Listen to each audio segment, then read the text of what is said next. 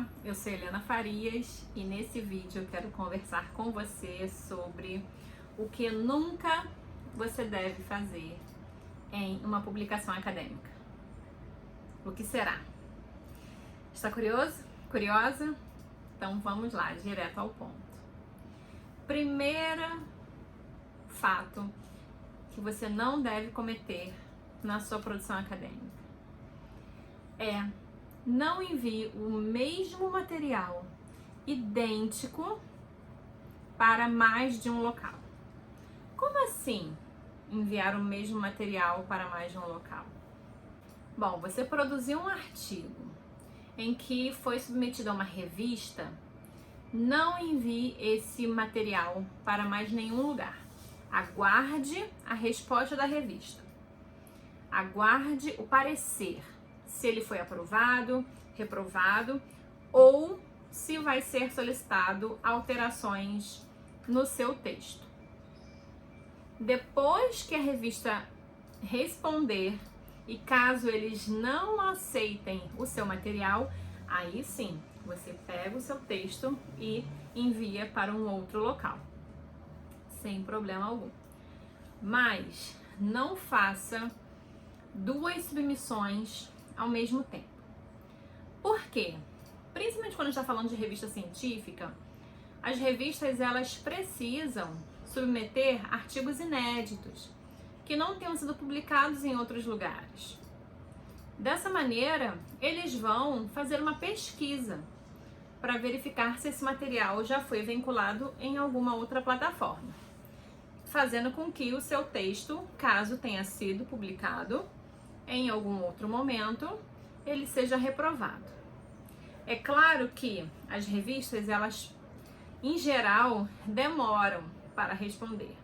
Eu, particularmente, já tive revistas que demorou mais de 2 anos para responder se o meu artigo ele seria aceito ou não. E eu precisei esperar. E da mesma maneira, você também terá que esperar, caso o seu interesse seja em publicar naquele local. Agora, se você tem, por exemplo, um trabalho amplo, como um trabalho de conclusão de curso, e desse trabalho você consegue dividir em 2 ou 3 partes, aí sim, aproveite, pegue esse seu trabalho e redivida e publique trechos desse trabalho. É claro que trechos dele totalmente organizados, com todos os elementos necessários para cada publicação, mas será super possível, super viável você destrinchar o seu trabalho se ele tiver uma densidade maior, se ele for mais amplo. Então, aí sim, você pode publicar em diversos locais, seja revista, capítulo de livros, eventos em congresso, sempre pensando também no título mais viável para aquela publicação. Então, não estou dizendo que você não pode publicar em locais diferentes. Você pode, mas desde que não seja o mesmo texto. Você pode, por exemplo,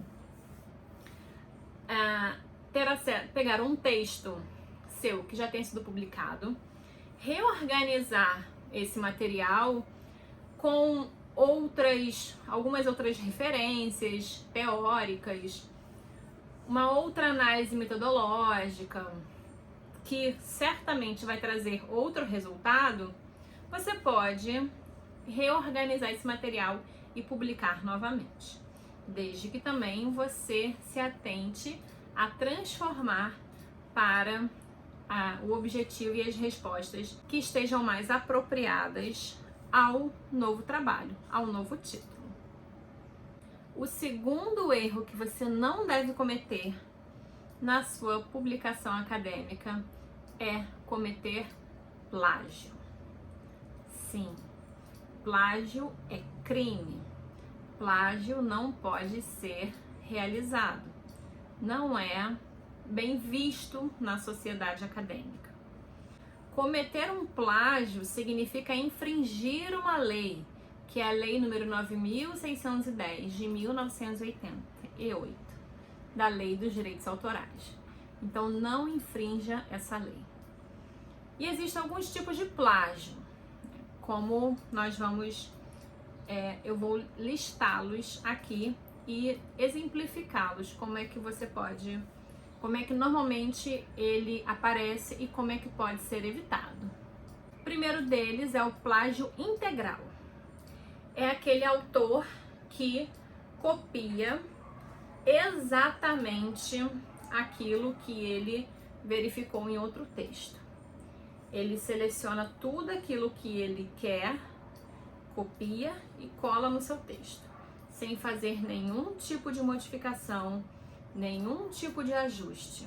Ele faz cópia integral de trechos do texto ou do texto completo.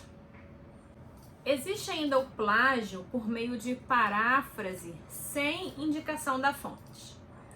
Bom, nós sempre falamos que a paráfrase ela deve ser realizada em um trabalho científico, porque parafrasear um texto nada mais é do que você reescrever aquele texto com as suas palavras. Modificar palavras, modificar ordens das frases, mas sem modificar a intenção do texto, sem modificar o conteúdo.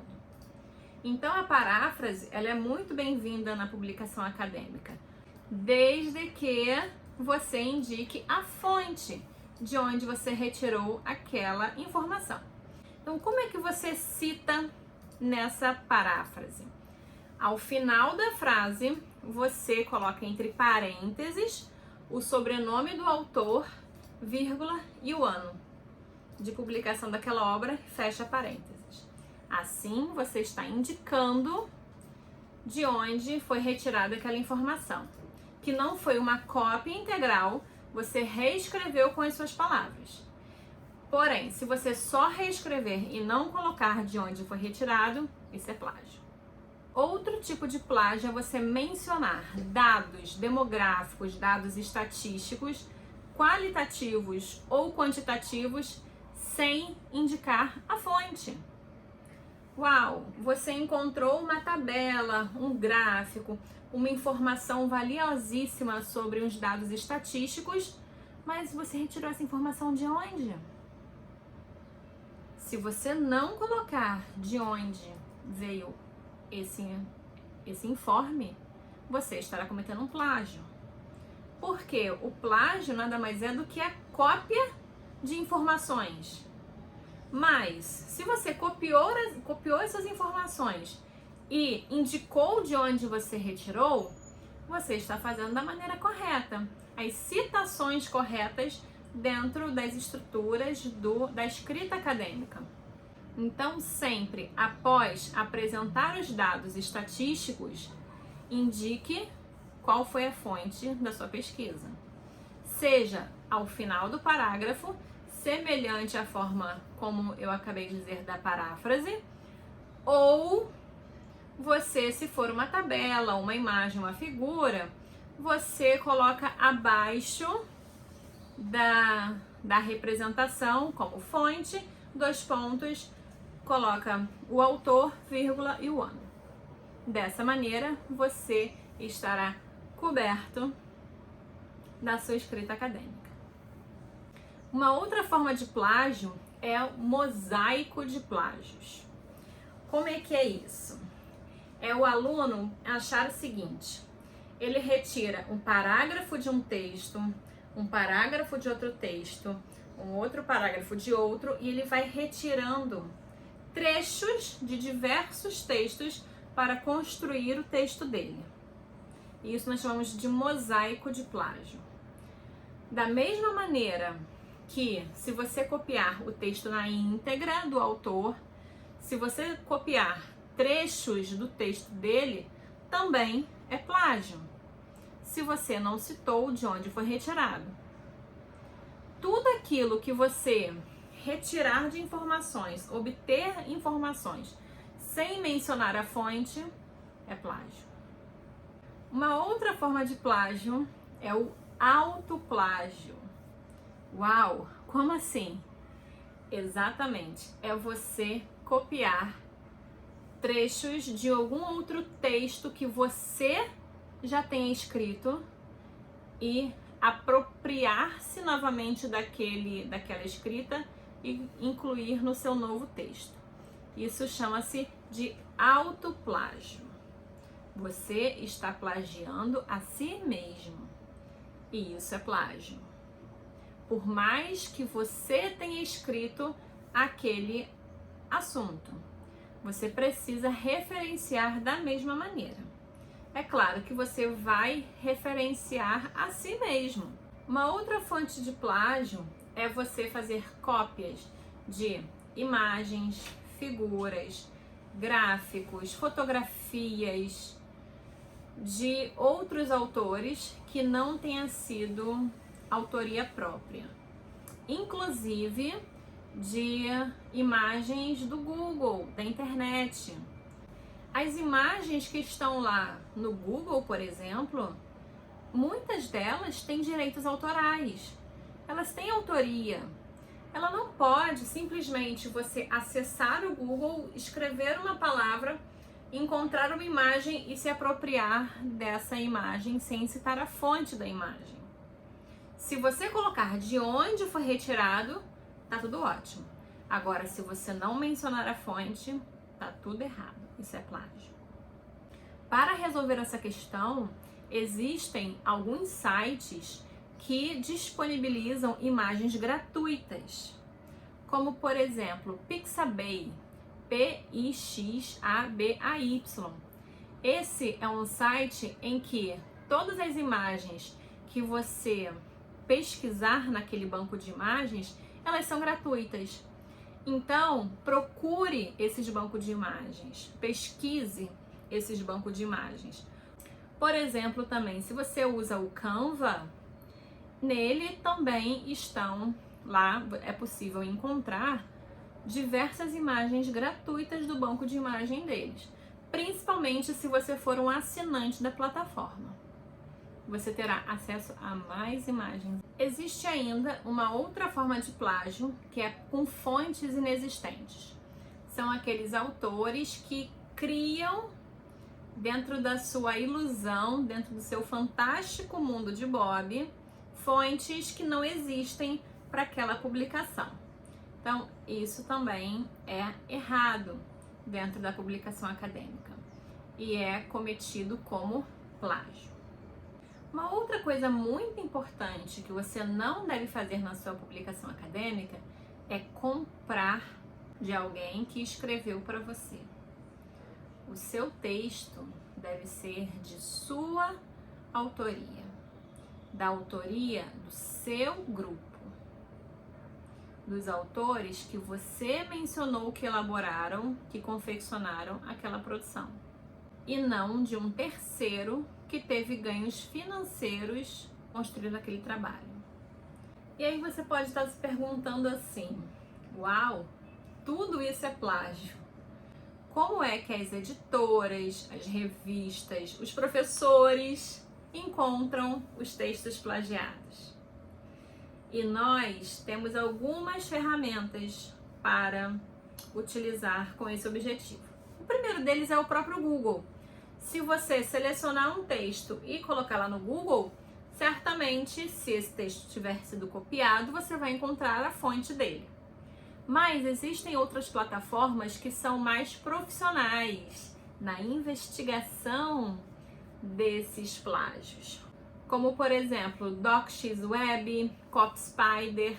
São dois programinhas que particularmente eu gosto, uso bastante para copiar todo o texto do aluno, jogo lá na plataforma e aguardo a resposta. E ali, o que ele aparece?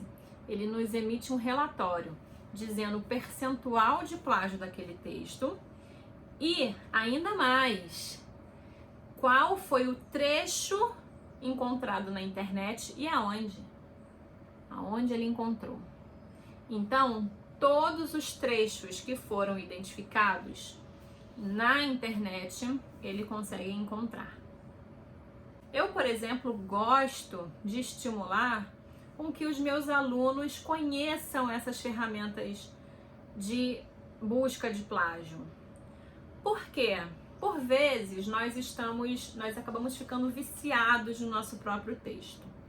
Lemos muito para que a gente possa de fato construir bons materiais e em algum momento o que é o texto de um, o que é o texto de outro e o que é o seu próprio texto acaba se difundindo e você pode não perceber quando é um texto de um autor que você já leu ou quando é uma construção sua.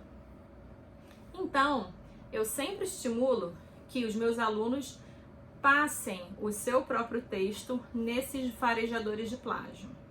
Ensino como baixar, falo qual é o programa, eles baixam nos seus próprios computadores e fazem essa busca de plágio. Ali, muitos acabam se impressionando até com o percentual de plágio. Falam, nossa professora, mas eu não imaginei que fosse ser isso. E aí, qual é o próximo passo? É o aluno identificar quais foram os trechos encontrados com plágio e reescrever aqueles textos. Aqueles trechos dos textos. Então, de fato, você não precisa fazer um trabalho todo novamente. Você deve se focar naqueles tópicos, naquelas partes do texto em que tenha aparecido um plágio. Reescreve aquele trecho, depois de tudo reescrito, encaminha novamente para o farejador de plágio e veja a diferença que vai fazer no resultado desse farejador. É incrível quando o aluno ele se empodera desse conhecimento, ele melhora o seu texto exponencialmente. Como você pode evitar o plágio então no seu texto? Primeiro de tudo, referencie o seu texto. Sempre mencione todos os autores os quais você se baseou naquela escrita.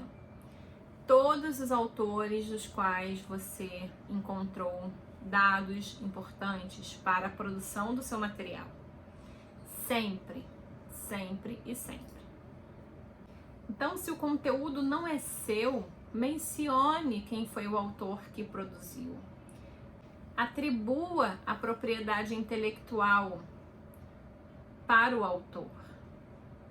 E como é que você vai fazer todo esse processo? Sempre associando o nome do autor com o ano da publicação. O nome, quando eu digo, é o último sobrenome do autor. E se forem mais de 3 autores, você só coloca o primeiro sobrenome e coloca a sigla et al, que é de etc, vírgula e o ano. Se o trabalho em qual você está mencionando tiver até 3 autores, você menciona o sobrenome dos 3, o último sobrenome dos 3, vírgula e o ano.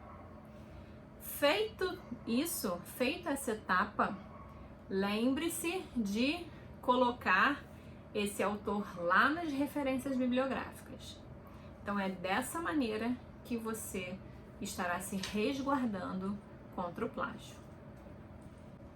Hoje em dia, uma boa forma de você se assegurar de que um trabalho é seu é associar um número de DOI na sua pesquisa, no seu trabalho acadêmico. O DOI, ele é um identificador internacional que vai afirmar que aquele trabalho pertence a você. E qual produção pode ser atribuída um DOI? Qualquer produto, material, conteúdo educacional, acadêmico, que esteja disponível na internet. Pode ser atribuído um DOI, um número de registro de DOI. Só que atribuir esse número de DOI, ele não é tão simples. Para isso, você precisa ter acesso a uma empresa que ofereça esse serviço. Com o DOI, você garante a autenticidade do seu documento, da sua produção acadêmica e ainda mais, consegue saber mensurar quantas vezes o seu material foi citado. Olha que interessante. Então, se você quiser mais informações sobre o DOI, sobre como adquirir o DOI para a sua produção acadêmica, eu vou deixar um link bem aqui abaixo desse vídeo para que você possa tirar as suas dúvidas. Um outro ponto que você nunca deve cometer na sua publicação acadêmica é informar dados falsos ou inexistentes na sua pesquisa.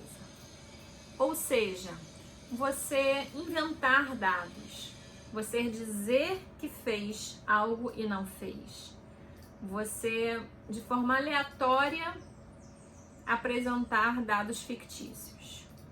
Isso é crime. Não faça isso. Nunca faça isso. Por exemplo, eu posso trazer um exemplo aqui bem prático. Quando eu ensino os meus alunos a aferir uma pressão arterial, eu digo a eles que tem a forma correta, a forma realizada no dia a dia e a forma errada.